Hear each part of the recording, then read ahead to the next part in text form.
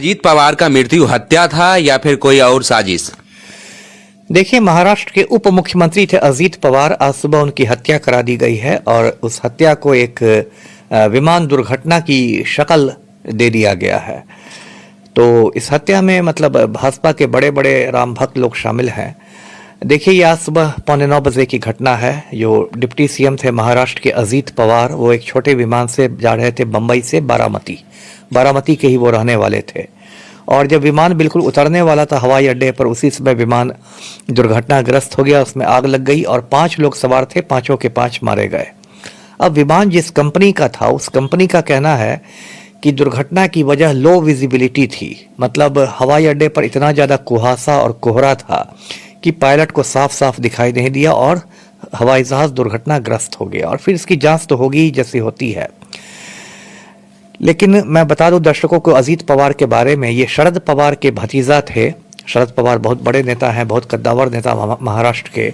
और शरद पवार की पार्टी का नाम है राष्ट्रवादी कांग्रेस पार्टी, संक्षेप में जिसको एनसीपी कहते हैं। और चाचा भतीजा दोनों साथ साथ काम करते थे, लेकिन कुछ साल पहले दोनों में तल्खी आ गई थी उत्तराधिकार के मुद्दे पर, क्योंकि शरद पवार अपनी बेटी को सुप्रिया सुले को बनाना चाहते थे उत्तराधिकारी, अजीत पवार खुद बनना चाहते थे। तो 2023 में, आज से 3 साल पहले, अजीत पवार ने बगावत कर दी और कुछ साथियों के साथ वो अलग हो गए। उन्होंने अपना एक अलग एनसीपी बना लिया और वो भाजपा शिवसेना के गठबंधन से जुड़ गए और इनाम में उनको महाराष्ट्र का डिप्टी सीएम बना दिया गया। ये 6 बार महाराष्ट्र के उप मुख्यमंत्री रहे थे अजीत पवार। और ये सब बातें हैं। और मैं जो हत्या की बात कर रहा हूँ, वो इसलिए हत्या की बात सिर्फ मैं ही नहीं, पूरा देश कर रहा है, क्योंकि पिछले कुछ दिनों में अजीत पवार और बीजेपी के रिश्ते बहुत बिगड़ गए थे। एक वजह तो ये थी कि चर्चा थी कि अजीत पवार की घर वापसी हो सकती है, वो फिर शरद पवार के साथ जा सकते हैं, और ये बात बीजेपी को पसंद नहीं आ रही थी। दूसरी वजह ये थी कि बम्बई के मेयर का चुनाव अभी होना है और उस पर बीजेपी की भी नज़र थी, मेयर की कुर्सी पर अजीत पवार की भी नज़र थी। दोनों अपने अपने लोगों को बैठाना चाहते थे।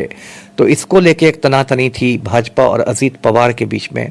तीसरा जो मुद्दा था वो था लूट के माल का बंटवारा। अजीत पवार बहुत भ्रष्ट नेता थे और जब वो सिंचाई मंत्री थे महाराष्ट्र के, तो उन्होंने हजारों करोड़ों का एक सिंचाई घोटाला किया था 2009 में विदर्भ में। और बाद में उस घोटाले की लीपापोती हो गई थी, जैसा हिंदुस्तान में होता है। तो भाजपा के जो बड़े बड़े राम भक्त थे, वो भी चाहते थे कि लूट के माल में उनको भी कुछ हिस्सा मिल जाए। तो इसके लिए अजीत पवार पर दबाव था, वे नहीं मान रहे थे। और अभी 3-4 दिन पहले ही अजीत पवार ने एक बयान दिया था, इशारों इशारों में भाजपा को धमकाया था कि मेरे पास सबकी फाइलें हैं। और उसके 3-4 दिन बाद अचानक वो प्लेन क्रैश में मारे गए। तो लोग कह रहे हैं, ममता बनर्जी ने भी खुल के कहा है, बंगाल की सीएम ने, कि इसमें कुछ दाल में काला है। और ऐसी घटना हुई थी पिछले साल जून में, जब अहमदाबाद में एयर इंडिया का विमान क्रैश कर गया था। उसमें विजय रूपाणी मारे गए थे क्रैश में, और वो एक ज़मीन घोटाला का वो खुलासा करने जा रहे थे, अचानक विमान दुर्घटनाग्रस्त हो गया। फिर 2021 में जनरल विपिन रावत एक हेलीकॉप्टर क्रैश में मारे गए थे, जो सीडीएस थे, चीफ ऑफ डिफेंस स्टाफ थे। उनके बारे में कहा जाता है कि वो अग्निवीर योजना का विरोध कर रहे थे, तो उनका हेलीकॉप्टर दुर्घटनाग्रस्त हो गया। और बहुत लोगों को जस्टिस लोया की याद आ रही है, हरेन पांड्या की याद आ रही है, बहुत लोगों की याद आ रही है जिनसे लोग नाराज थे, भाजपा के बड़े नेता, और वो लोग अचानक चले गए दुनिया से। तो इसलिए इस पूरे मामले की सीबीआई जांच होनी चाहिए और सुप्रीम कोर्ट की देखरेख में होनी चाहिए।